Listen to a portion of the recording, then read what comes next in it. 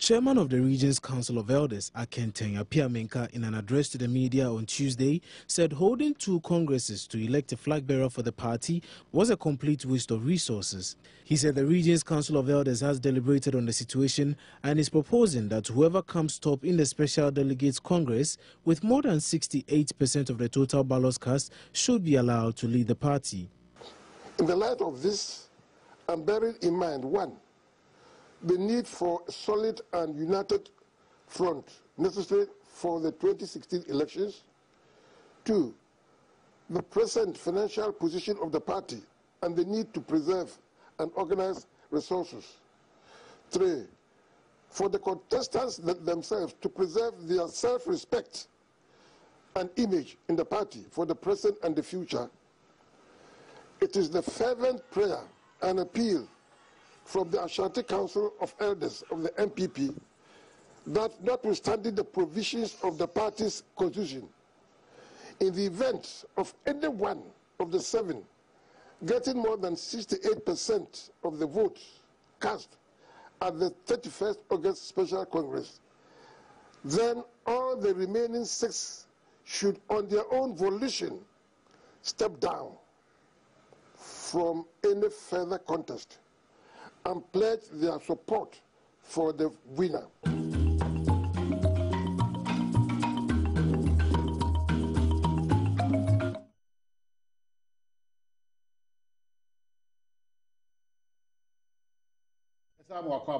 Quickly, Dr. Mwakoba, ono eba eye amanyo semu wa binyi pa osai cheche for paying ewo Kwame Nkrumah University of Science and Technology. Doc, I don't pay me. No, was na emu akwaba amba bedwem jibedi ayidi. So ye se bibia boko de.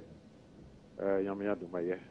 Yeah, that's it. Quickly, ejina era apia minka ninsusu ya odi tudwatitu nyamya aduma kwasiada Super Delegates Congress eba so ni Patriotic Party. Ninsusu ya ne ohwa de okanyina ne se sa abatu eba so kwasiada uni a obenyo hamu nchemu aduasia nwotwe bia no. Nkoto ababia bi mu nkase sa ko weekend for enyae ni nyina nto na enkotai saa nipa na onya saa madodo na chi na yensie sika na yensie bere so yentimi fa mpem konkan esusue doc ne kwaso no ana Debbie enya ne ba and say yeto aba say a friend of primary election wa enye afia ye beto aba 2016 nko an ye hwe ade nu ye hwe for 2024. Nipa ni bi wo ho a omu wo mu a omu ye young. Ena ebi mpo a woni said this time on win. Then so okosisi a ena next time no kwa ye be hu ni. It is so say we kutua 85,000 now we see yes metiasie say omu ambeto aba 85 say no. So omu tumo obi no onya 68 so onya overwhelming majority. Omu a na be sa to bi enti kwan bi so no che say sa nipa na na be sa win. But that is the process. Enti obi wom na so wan we nimpa. They say wa turn ho ama nipa. Enti nipa hu. Next time around na che say wa ya ade. Enti so ka say for the sake of saving money and time enti mo nya. Democracy a process. Let the due process work. It seems say no there. Ka kre mi ni epese e de to nchen. Enye papa. The process must be allowed to work. So that's what it should be. But what Yankasi Ashe ni nsusu no si say emra de wo hobedu ba bia esan say ebetimi afa ekwan a enhyala ne kwati kwan ne mu yepe results de ohwe ni nyina so a ohwe nkabom asem ohwe ebre ho asem ohwe sika ebekora probably the party no for the bigger election there nim na so nsusu ya jitum preko a emwa because ni manim ya na ehun say sa na eko o se sa na pe se ye ne dia ene na che constitution na o se ekosisa no ne ka say edu baby a yitimi sisa de epebia yes anity yenye democracy that way and anything your friend of the rule of law so and by convenience and I say by big men the rule of law process due process you try to have a how that pepe na was all you know unless you say bia emergency BSc unforeseen emergency but BBNC sir won't mean because of the convenience of time and saving money in then to there be nipa no go to 85,000 say no the call running no at the end we free So no one we need ya. And I see a new data. Then we are free all this process. Then we are free. Let's just say we've been unfair to that person. But was said all Babuno say yes a game. Those are the rules of the game. It is was all yes. But the crack no Osha even a year one I got to abano dodona debiada the say constituency way chairman way delegate way ubia kase MP way even party mpanyimfo ni binum so kra mrashons mo won kasa na kase nipa ba ko a na na adodanko akufuado ono na edi adanse ye odi nkuni mawie enti binum susu ye kra se nka onko kontikro akansi nanka bibia enwie peyo prekope eno so sa adwintwa no enho asem te sen. Well, okay, no, and your money, then, and yes, said you will see the can, yes, and you can. Same, my coach, I said, me per se, me better me, woman. And Bianca, Mr. Piamika, and some more becan publicly, and I will share and pennyphone be, and almost me free a candidate in a motina, no more kaye, and until I say, okay, the bayan is this time around. Bimbo because okay, Sadia will be an in Sika, and a young Janisa, and a different matter. No, because a consensus, unanimous decision, it does not really violate the rules. But focus on Penia, because I'm running here. Just a way a learning process. Who democracy, you're too quick to put the rules aside. Kakrebi is only a thing. Maybe democracy in Yanisa. Said yes, Sande was here. Doc, ekwe enim krakrakra no ubesusu se ene party ahodo akanyina na so obi ampo pese opeja ni mansampo ne edu Ghana frankatofo no hono no ansana party kra no obi be se opeso frankatuni no anka party ahodo akanyina no woni mpeja line nim kakra na sabio obi asode a onka se me pese me yema mpanyina prekope yekotinu so aba. What's that somewini say no Ukraine say Ghana be a two-party state. No Ukraine no all indications na sanity. Last election NDC ni NPP. Unless you say be happy now. After a year 2016 said there be a party back for more. Nebema another one be a timia bashu. Now for now no dear. The yohunu na NDC and NPP omunkwa presidential race. Omunkwa 98.5%. Enti wo mu anachese adese no de it seems that Ghana no yen twaba no based on issues there are some wo kan ya sem papa e fa no anya educated enti wo pe wasem ofi no krom wo ye tintin wo ye titia in the Ukraine say wo mu a obi ti say Paco syndrome. He said a lot of good things and so it didn't make any difference. Well, compared to the others in India, it made a difference because for the third party no no ne ba ni mu kakra but the kiti so it needs education, and as we go forward, among phobia and who say, a day of press or yen edition. And Ukraine say, Ghana has a be a yen, yahuni, it took us some gram for you, which what we were kind of on ye. Okay. That amount for FN. It's a big problem.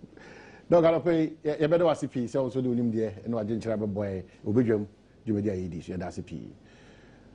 Well, Dr. Makuba, head of political science department. What's the cameraman here? The best morning show. Obetika.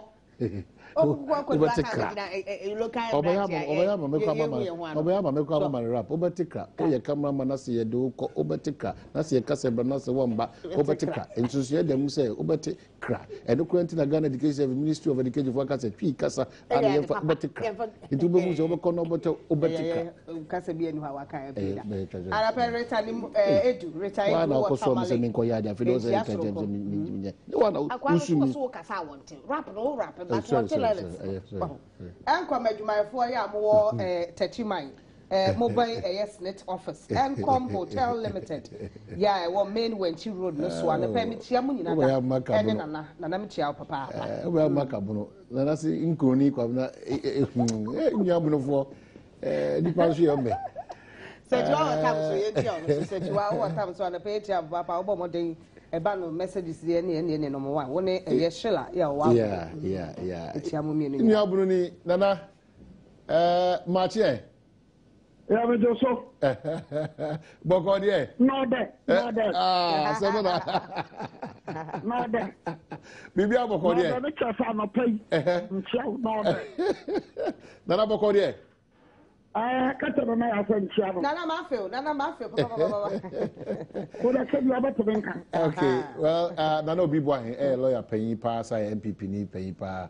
Amapenji Kufu members no so swafo abedi actually your interior ministry I was na make. Nana pay the Minister of State rather. Nana pay Mami Musa European Minka di susie bi atodwa. Na sabio usu se ke fasa kwan so a eno di nkabom eno di sika aye kura ne adaje so aye kura de aye de foforo no ebetimi abo ana. Much tifo. Yeah, Miss Apiaman can't no. And we are saying, I should be a year. I'm a mechano. So you should be a year, young see. When a doctor don't cancel, you know, I'm no yard in a pa. But about as a mocken. Menino yard perfect. Francis didn't Baba says you are better turned down. As you see, the framers of the Constitution, no, but MPP in Karatano. The who said, Bibedua, Nipabayan, Dabro, Nibako, Yebe Film. Ye film we are, the Basan said about Baba Quatono, I have the chain. And now I'm one Quacoton October 18th, no, or there. Or Mamma Quatona the Chino, a group will be. A better about October 18th, one winning about to be. But one battle October 18th, no, then the door supply. And therefore, while the framers of Constitution, and this they said, if you come, one head, the corner, no. Young father, said the doctor, a kind of. Because they are living here, near Cocasso is sickening her, young children, bread. It's woman father, so be obeyed that bro, at this young watch. No, young father said, or under Kodia. You saw, I bet to differ from Mr. Piamin Kangan. Because a bad precedent to be. And that precedent will be a very bad and dangerous precedent. Money wise, no Canadian care. Kramoda can order Nyabasa. Then find your constitution today. All right, Nana, I say, but okay, Mikasa party MPP, no total breakdown in terms of discipline. I take you over. I am running for. What will be your response? Sometimes, young traditional. They are traditional, so because flat you say they are. What do you call because of one send your move? What do you move your bone? And therefore, no one acquire penino. Traditional don't move for traditional. Kabiman Cabino, or media can fruma, and not the enemy. Until by 20 minutes because of everyone mentioning him. Now look, no one your Kobe, name what to do. You look at the one more constitution is the same service here. So Unina Dipjabida implement national position. And you cannot implement that in way. One thing from the set Tomo Banqua Buja Dombaso for and Dapida. So Unina Manoko, Unina Dibia, won't complete Dibiabi. Dapida.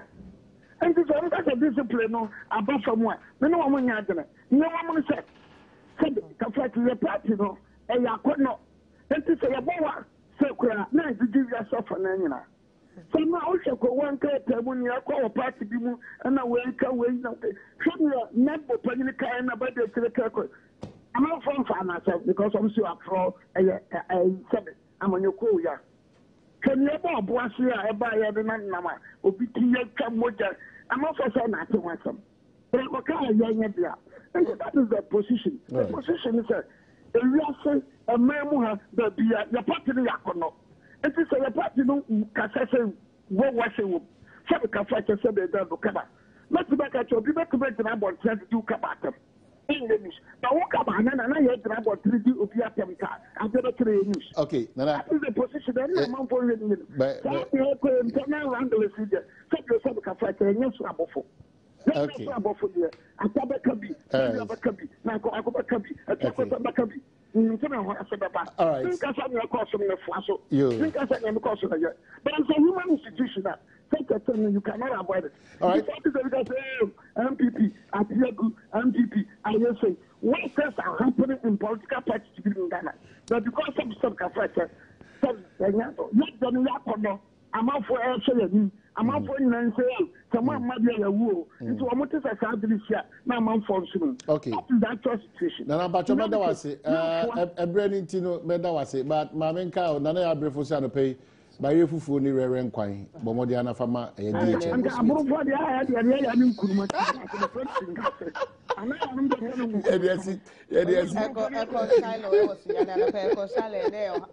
Happy birthday to you, Echo Shiloh. Okay, you try one by Aquenia, Etimidi in Como, Mazia Quaba. That down for diabetes, then the mixture, so near cows, so betting my friend 0302 211 701 up to 4. Okay, no to an assistant. 0302 211 701 up to 4. Na ode abre ya fa for me sape na fe peye mama Vincent Awenchi was said ya adwuma no pede area no na was ye nkotoa vimlady ebra wo de radio program na say ne nko Lukman, good morning. Upon design yeah, Lukman. Send my greetings to Chairman Elvis Donko NPP aka Kofi Abeka Hagen Ebri Dunkwa na wo ode ebaye afe fufro de na pe Grace Mai was nsuo na akwana de amoni marching upon design yeah, upon Checheku Jonathan Watepa Ashtown said na amoako and amoako are used to have same meaning and it is opatafo ana oboafo ana oboafo we so jump out by you okay oboafo e be jump na ye bra Nana Brante marching upon to say mejo so o mai hene Nana Brenti wadaroma obey ntie wo ma amaye mate o mai hene no kwane se mi ye tie wo mu amamo by honorable effort to have boy assembly ma wanchi no mame ncha no monto abama no no wene motor riders o mu twi moto o Ghana man mu ha no o mai hene awrehosem moto di go bi ko bo wan sori bi masa omuntu omufo na omunya abutere omuto twie no mu na awrehosem ba enya pra yesi odwra ho ba bi moto accident yesi bani baba kwa ewu na internet sas mo. All right, ona for Tiawa Ventures ye be Tiawa Ventures and pay Tiawa papa na afita e won kra ha say ye Tiawa mo na ka che ko fi say ya che no susu. Okay. Na papa no wa di che ni din na be. Webero jam ebretia ye be da mu nyina mo Adom Eji Ayekado ye ko ne de agokansi abro enochi e de pensen mbodro London US okay catch them say ye ba ho ye ba Germany ye de be Germany ye de be US ye de ba Italy ye de ewura mu Afghanistan